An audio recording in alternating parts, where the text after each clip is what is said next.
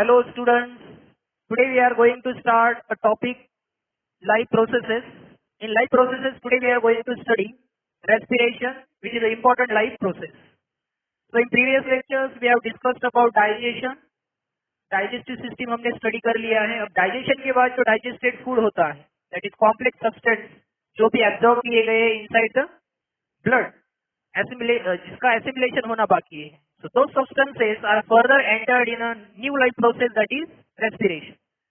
Respiration एक ऐसा process होता है जिसमें energy production होता है और that energy is further stored in the body or it is utilized for different metabolic processes. So let us study respiration. Respiration is the process in which the complex substrates, that means the digested food, say glucose, amino acids, fatty acids, ये जो food है जो digested है, already digestion जिसका हो चुका है, तो ये जो substrate जो blood में आ चुके हैं, अब इनका further क्या होगा? इनका further respiration होगा, that means इनका oxidation होगा, breakdown होगा, और ये breakdown होगा तो उससे बनेगी energy. तो इस पूरे process को हम बोलते हैं respiration. So respiration is the process in which complex substrates are oxidized into simple components. अब इन सिंपल कंपोनेंट्स तो बनते ही है, बट इसके साथ साथ जो मेजर पार्ट है रिएक्शन का वो होता है energy.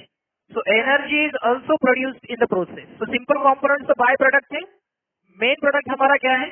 Energy. So energy is produced and later on that energy is stored in the form of ATP. ATP is a chemical form of energy which can be stored in the cells inside the mitochondria.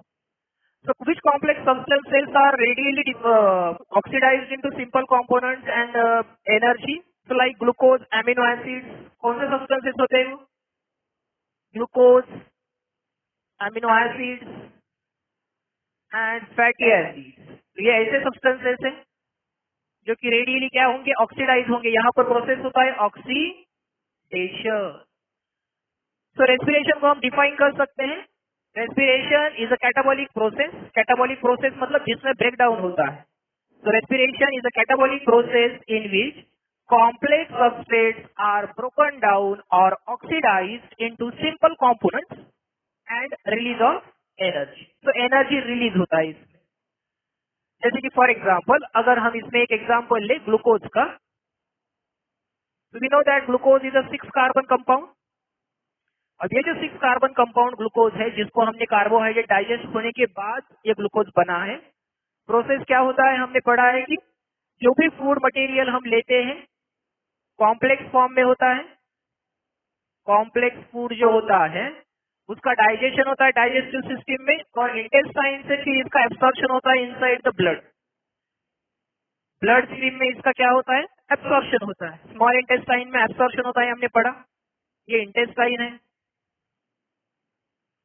तो intestine से blood में complex food का digestion होने के बाद, जैसे for example glucose बना है, ग्लूकोज, तो glucose will enter inside the blood. And now inside the blood, this glucose is going to be transported to different parts of the body, different cells of the body. तो ये cells को transfer किया जाएगा glucose. Glucose जब sales में जाएगा तो वहां पर होगा सेल्यूलर रेस्पिरेशन, यानी वहां पर एनर्जी प्रोडक्शन का काम होगा. तो जो रेस्पिरेशन प्रोसेस है वो होता है इनसाइड द सेल, वो सेल के अंदर होने वाला है. तो रेस्पिरेशन प्रोसेस में एक्चुअली होता क्या है? तो इस ग्लूकोज का ब्रेकडाउन होगा सिंपल कंपोनेंट्स में और एनर्जी में. ठीक है. सो इनडायरेक्टली हमारा जो प्रोसेस का मोटो है वो है energy production. So there are 2 types of respiration occurs in living organism. एक होता है जो ऑक्सीजन के प्रेजेंस में होता है और एक होता है जो ऑक्सीजन के एब्सेंस में होता है. जैसे प्रिमिटिव ऑर्गेनिज्म है कुछ, जैसे कि micro organism like bacteria and fungus, इनमें जो रेस्पिरेशन होता है वो एनारोबिक रेस्पिरेशन होता है. एनारोबिक ऑर्गेनिजम्स में एनारोबिक रेस्पिरेशन होता है. एरोबिक ऑर्गेनिजम्स जो है जैसे कि ह्यूमंस है, प्लांट्स है, कॉम्प्लेक्स ऑर्गेनिजम्स जो है, इनमें एरोबिक रेस्पिरेशन होता है.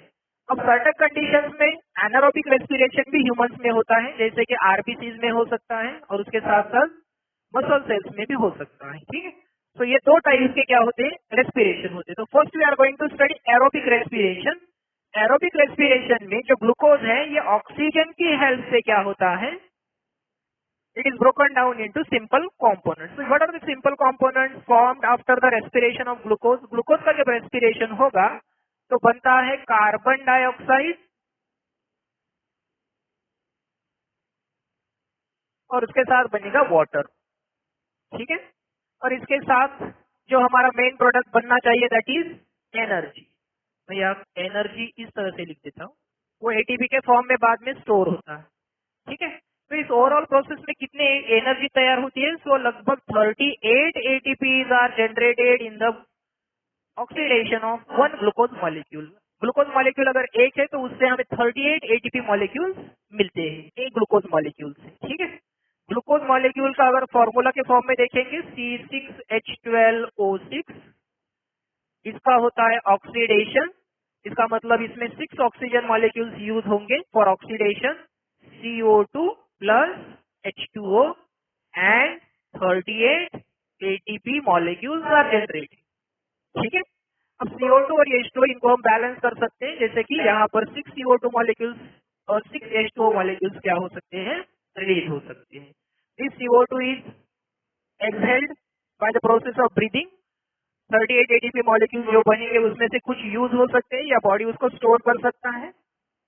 वाटर मॉलिक्यूल एक्सेस में है तो उसको या तो यूज किया जाता है या फिर उसको एक्सेस में है तो उसको रिलीज किया जाता है in the form of urine.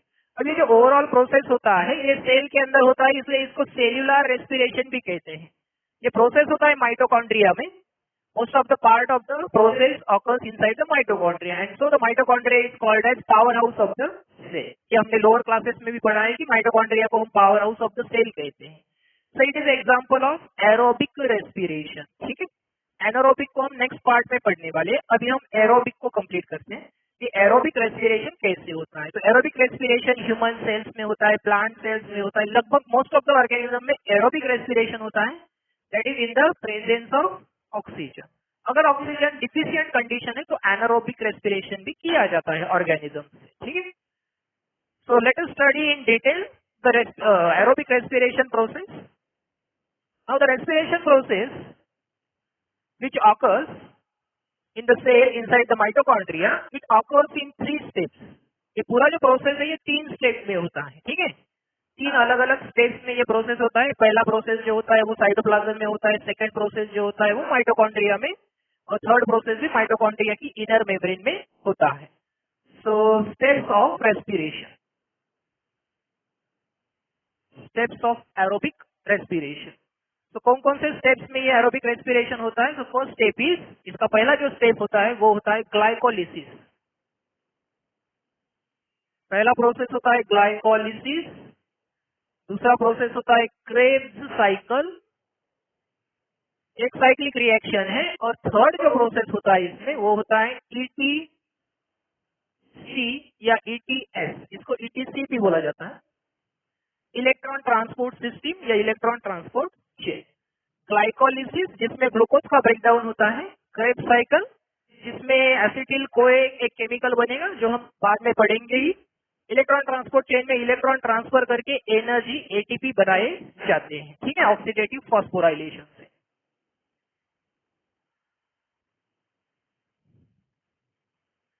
अब सबसे पहले हम पढ़ेंगे ग्लाइकोलिसिस।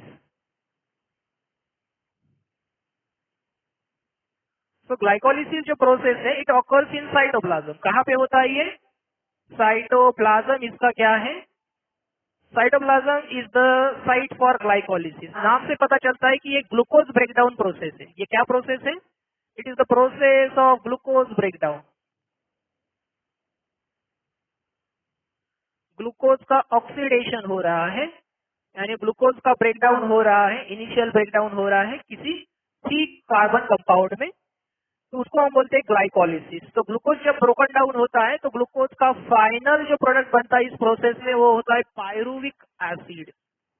पायरुविक एसिड, हमें पता है कि ग्लूकोज जो है वो 6 कार्बन कंपाउंड है, तो पायरुविक एसिड जो होता है ये 3 कार्बन कंपाउंड होता है। तो 3 कार्बन कंपाउंड के कितने मॉलिक्यूल्स बनेंगे, 2 मॉलिक्यूल्स बनेंगे, ठीक है। एक ग्लूकोज से 2 पायरुविक एसिड बनते हैं। ठीक है। तो let us start the process कि ग्लाइकोलिसिस प्रोसेस कैसे होता है। अब जो ग्लाइकोलिसिस प्रोसेस होता है ये साइटोप्लाज्म में स्टार्ट होता है। जैसे ही हम फूड लेते हैं उस फूड का जब डाइजेशन होता है तो ग्लूकोज बनेगा, अमीनो एसिड बनेंगे और फैटी एसिड भी बनेंगे। अब ये जो सिंपल मॉलिक्यूल्स बन चुके हैं डाइजेशन के बाद, ये रेस्पिरेशन के लिए कॉम्प्लेक्स सबस्ट्रेट्स है क्योंकि आगे इनका ऑक्सीडेशन होना बाकी है। तो ग्लूकोज एंटर करेगा जब साइटोप्लाज्म में, सेल के साइटोप्लाज्म में, तो वहां पर कुछ एंजाइमेटिक रिएक्शंस होंगे जो 10 स्टेप में होते हैं। कितने स्टेप्स में होते हैं? 10 स्टेप में ये रिएक्शन होता है। So glycolysis occurs in 10 steps. 10 steps में ये रिएक्शन होता है। ये पूरा रिएक्शन 10 स्टेप का रिएक्शन है जिसमें ब्रेकडाउन होगा पायरुविक एसिड में। अब जो पायरुविक एसिड जो बनने वाला है वो एंजाइम्स की हेल्प से बनता है। साइटोप्लाज्म में जो एंजाइम्स प्रेजेंट है सेल के साइटोप्लाज्म में, उनकी हेल्प से ये प्रोसेस होने वाला है।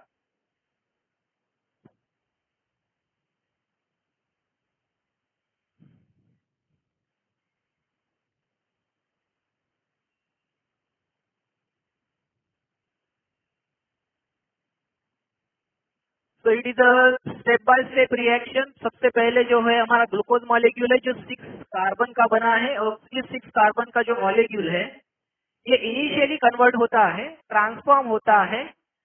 हेक्सोकाइनेज नाम के एंजाइम्स होते हैं जिनकी वजह से ये ग्लूकोज 6 फॉस्फेट में कन्वर्ट होता है।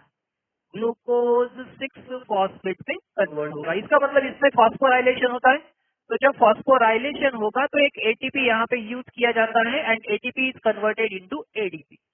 ATP means adenosine triphosphate, ADP is adenosine diphosphate. तो यहाँ का एक जो इनऑर्गेनिक फॉस्फेट है वो यहाँ पर ट्रांसफर हुआ on the 6th carbon of the glucose molecule, इसलिए ग्लूकोज 6 फॉस्फेट बना।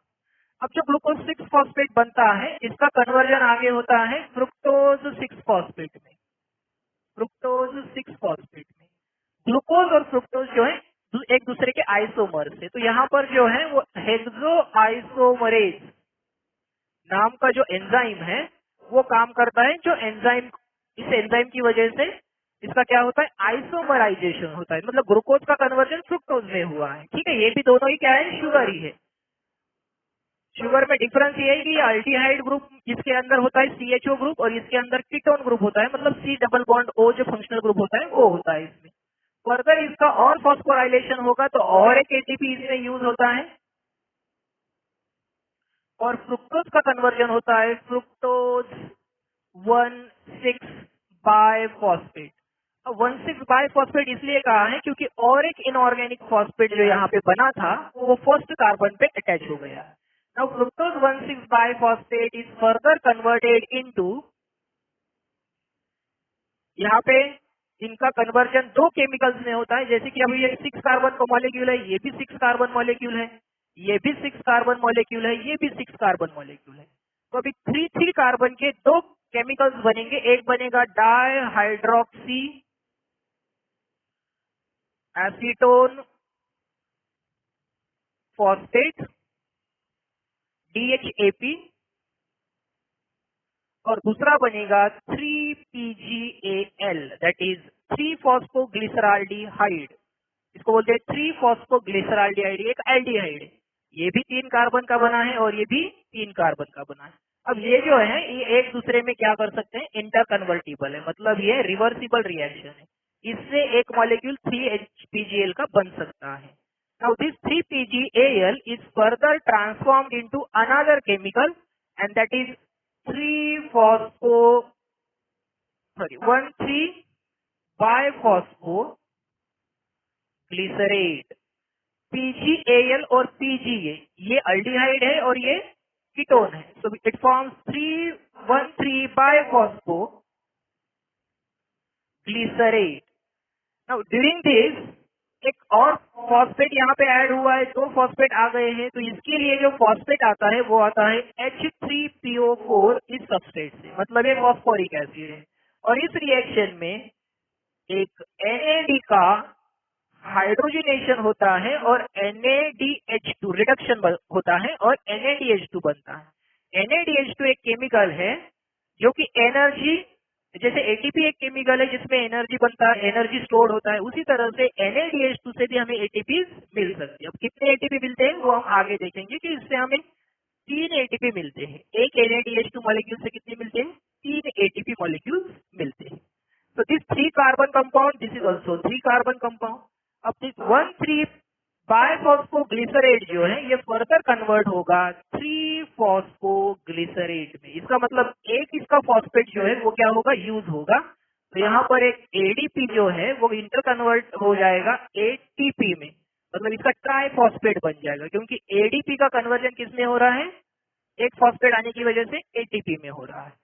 3PGA का आइसोमराइजेशन होगा और इसका बनेगा 2PGA। 2PGA इज 2-फॉस्फोग्लिसरेट, मतलब थर्ड कार्बन में जो फॉस्फेट अटैच था वो अभी क्या हुआ है? सेकेंड कार्बन में फॉस्फेट अटैच हुआ है। ये जो 2PGA बना है इसका फर्दर कन्वर्जन होगा फॉस्फोइनॉल पायरुविक एसिड में। इसमें कन्वर्जन होगा फॉस्फोइनॉल पायरुविक एसिड। यहाँ पे लिख लेते हैं।